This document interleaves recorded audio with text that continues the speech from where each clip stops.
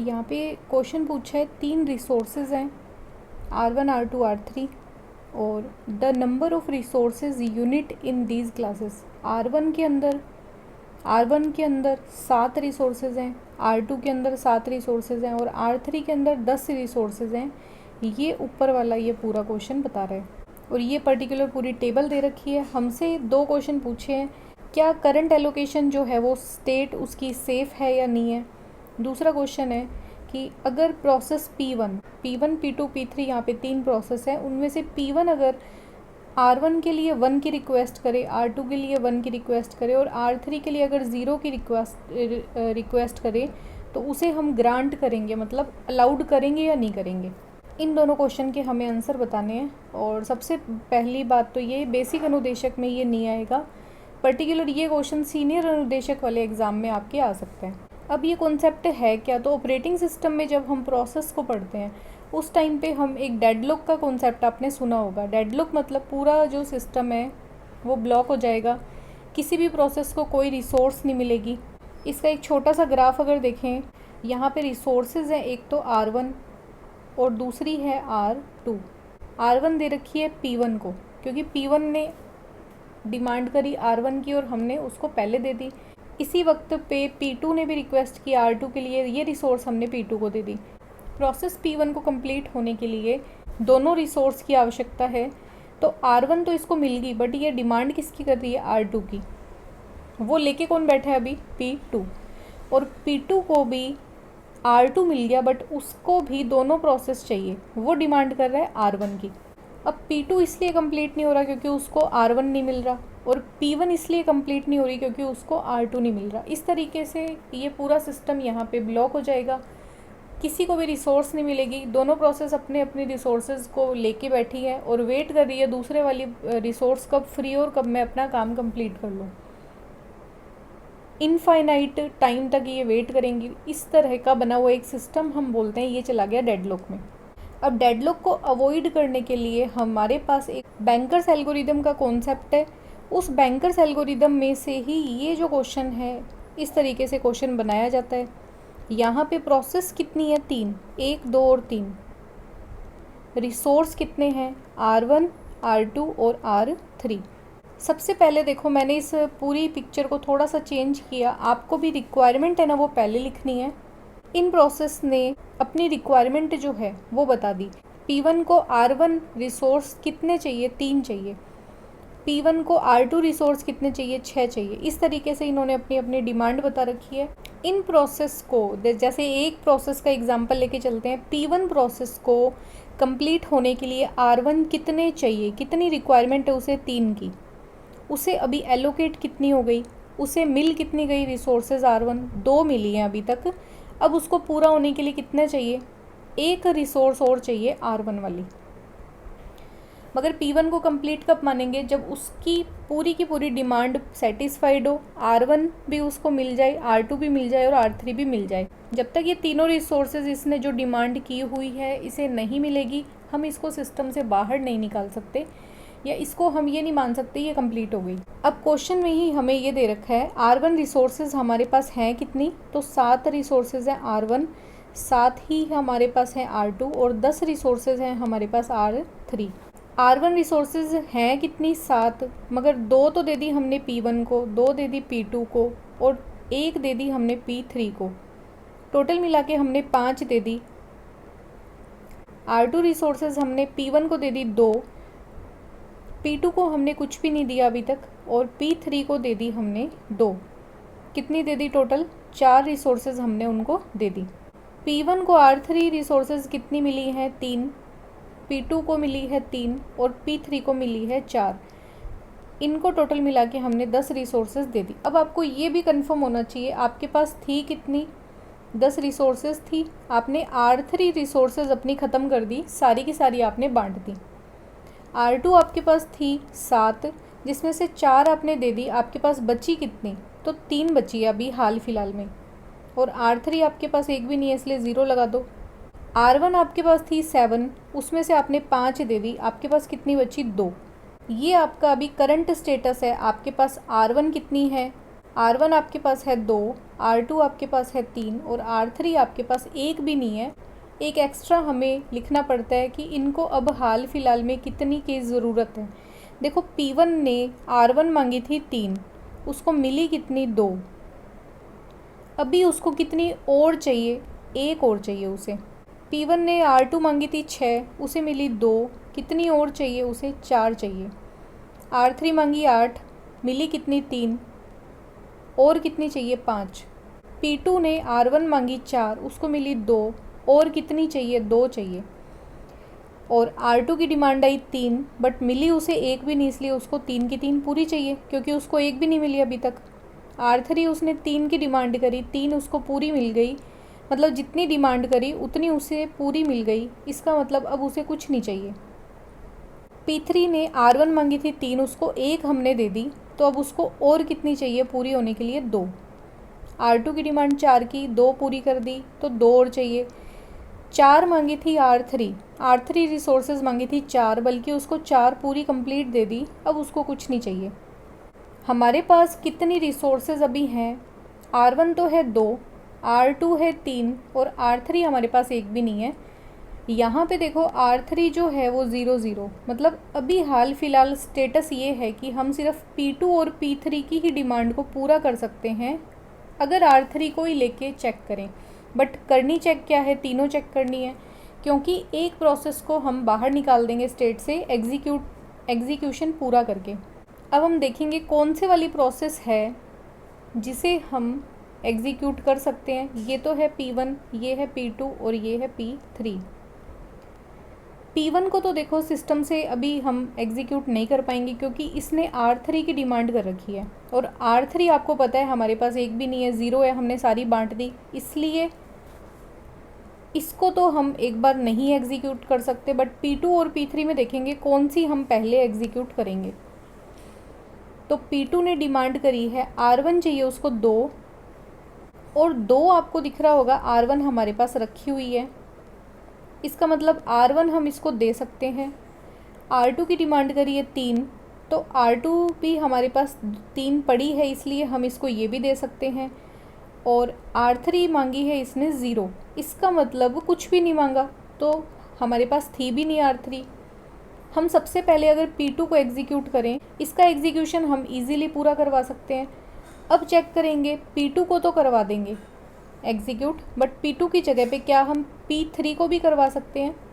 तो P3 ने देखो 2 मांगी है R1 इसको दे देंगे।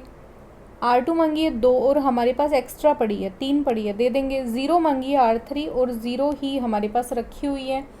इसका मतलब आप इन तीनों प्रोसेस को किस ऑर्डर में एग्जीक्यूट करोगे, P3 को पहले कर लो, P2 को सेकंड नंबर पे कर लो, या P2 को पहले कर लो और P3 को सेकंड नंबर पे कर लो। इन दोनों ही प्रोसेस से सिस्टम में डेडलॉक नहीं लगेगा, क्योंकि अभी हमारे पास जितने रिसोर्सेज हैं उनसे हम इन दोनों ही प्रोसेस को एग्जीक्यूट करवा सकते हैं।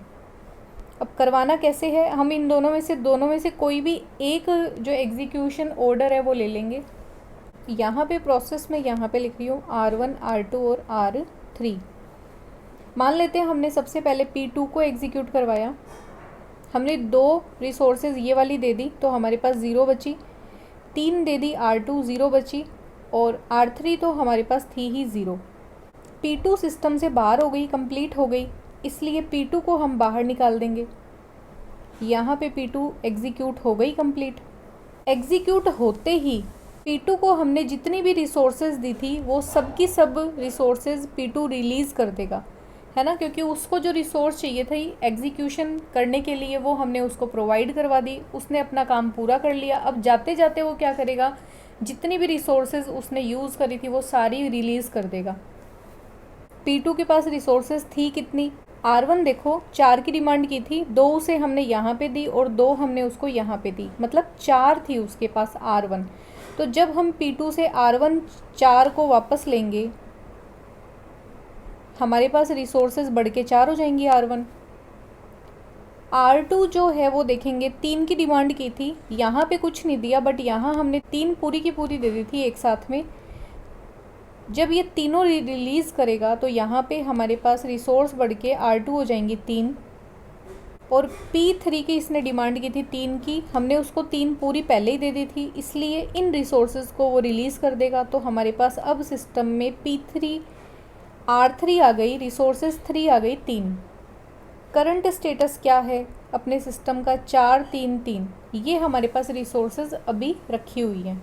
इतनी बात मुझे लगता है आपको समझ आ गई होगी। अब मैंने आपको बोला था P2 के बाद में P3 को करो या P3 को पहले एग्जीक्यूट करके P2 को करो, एक ही बात है, दोनों बिल्कुल सेफ हैं। तो मैं इसे ऊपर लिख रही हूँ 4 3 3, यहाँ से इसे डिलीट कर देते हैं। P2 को एग्जीक्यूट करवा दिया, अब हम P3 को एग्जीक्यूट करवाएंगे। 2 की डिमांड करी है R1, 2 देते ही हमारे पास बचेंगी 2। R2 की डिमांड करी 2, हमने 2 दे दी तो हमारे पास बची 1। R3 की इसने डिमांड नहीं की, इसलिए 3 की 3 पूरी पड़ी है। अभी स्टेटस क्या है? 2 1 3 का, और P3 जो है वो कंप्लीट हो जाएगी। कंप्लीट होते ही वो अपने पास रखी हुई सारी रिसोर्सेज को रिलीज़ कर देगी। तो P3 के पास में कितनी रिसोर्सेज हैं? R1 कितनी थी? R1 उसके पास थी 3, एक यहाँ दी, 2 यहाँ पे दी।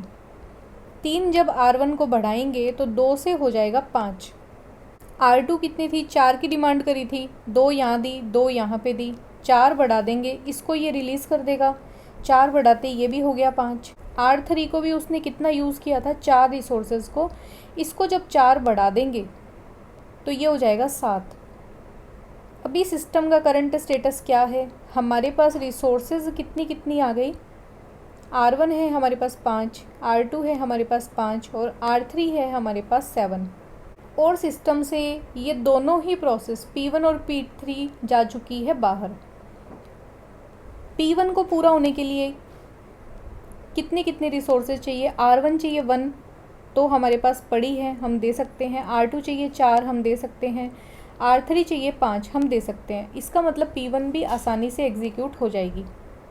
और ये जब एग्जीक्यूट हो जाएगी तो आप देखो R1 हमने इसको दे दी 1, हमारे पास बची 4। R2 दी है 4, इसलिए हमारे पास बची 1। R3 दी है यहाँ पे 5, हमारे पास बची 2। जब ये कंप्लीट हो जाएगी तो ये अपनी रिसोर्सेज सारी रिलीज़ कर देगी। रिलीज़ करते ही हमारे पास कितने रिसोर्सेज आ जाएंगे? 3 तो आ जाएंगी R1, ये टोटल मिला के हो जाएगी 7। 6 आ जाएंगी R2, ये टोटल मिला के हो जाएगी 7। और 8 आ जाएंगी हमारे पास R3। 8 और 2 10। अब लास्ट में जब सारी प्रोसेस एग्जीक्यूट हो जाएंगी सिस्टम में, हमारे पास रिसोर्सेज सारी रिलीज़ हो जाएंगी, फ्री हो जाएंगी।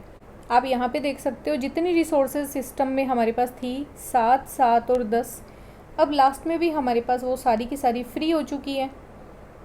तो इसने पहला क्वेश्चन पूछा, क्या करंट एलोकेशन स्टेट जो है वो सेफ़ है या नहीं है।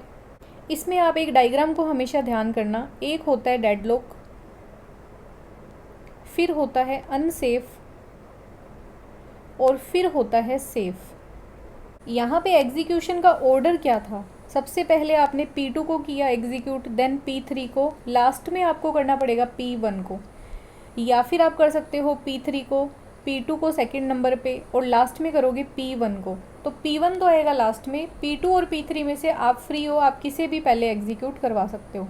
जब हमारे पास काफ़ी सारी प्रोसेस हो और उन सब ने अलग अलग रिसोर्सेज की डिमांड कर रखी हो, तो एक पर्टिकुलर फिक्स ऑर्डर के अंदर अगर हम पूरे के पूरे रिसोर्सेज को मेंटेन करें तो सिस्टम को हम डेडलॉक में जाने से बचा सकते हैं।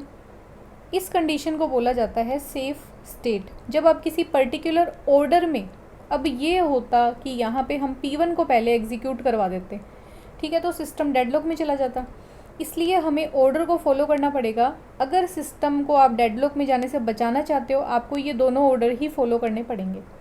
तो जब भी कंडीशंस की बात आ जाती है कि एक ऑर्डर में ही आपको प्रोसेस जब एग्जीक्यूट करवानी पड़े सिस्टम को डेडलॉक में जाने से बचाने के लिए, उस कंडीशन को बोला जाता है सेफ स्टेट। तो जो फर्स्ट क्वेश्चन है, क्या ये सेफ स्टेट है या नहीं है, तो क्वेश्चन होगा यस, ये एक सेफ स्टेट है, क्योंकि हम इसमें कोई ना कोई पर्टिकुलर ऑर्डर रख रहे हैं, फिर उसको एग्जीक्यूट करवा रहे हैं। अब दूसरी बात इसने पूछी है P1, प्रोसेस P1 जो है अगर वो डिमांड करे 1 1 और 0 की, तो क्या हम उसको एग्जीक्यूट करवा पाएंगे? क्या हम उसको ये पूरे के पूरे रिसोर्सेज दे सकते हैं? तो आपने देखा कि हमें कोई भी प्रॉब्लम नहीं है, हम P1 को ये इस ऑर्डर में रिसोर्सेज आराम से दे सकते हैं। वो चाहे सिस्टम के बीच में मांगे, चाहे वो इस समय मांग लेता जब हमने रिसोर्स एलोकेट करने शुरू किए थे, कभी भी मांगे हम उसकी ये प्रोसेस को पूरा कर सकते हैं। क्योंकि आपने देखा होगा कि R3 जो है वो 0 है और ये 0 होना ज़रूरी है, क्योंकि हमारे पास R1 और R2 तो थे सिस्टम में। R3 जो है वो पहले से ही एलोकेट हो चुके थे, 10 के 10 थे वो, इन सब ने बांट 10 के 10 हमने सभी प्रोसेस को दे दिए थे। यहाँ पे 0 है, इस वजह से ये जो पूरी की पूरी रिक्वेस्ट है ये हम ग्रांट कर सकते हैं। करेक्ट ऑप्शन यहाँ पे हो जाएगा, सेफ स्टेट भी है और हम इस रिक्वेस्ट को प्रोसेस या ग्रांट कर सकते हैं। सी ऑप्शन यहाँ पे करेक्ट हो जाएगा। तो आपको कैसा लगा मुझे ज़रूर बताएं, और अगर चैनल पे नए हैं तो चैनल को सब्सक्राइब कर लें और साथ में बेल आइकन को भी प्रेस कर लें, ताकि लेटेस्ट वीडियो की अपडेट आपको टाइम से मिलती रहे। मिलते हैं नेक्स्ट वीडियो में। Thanks for watching.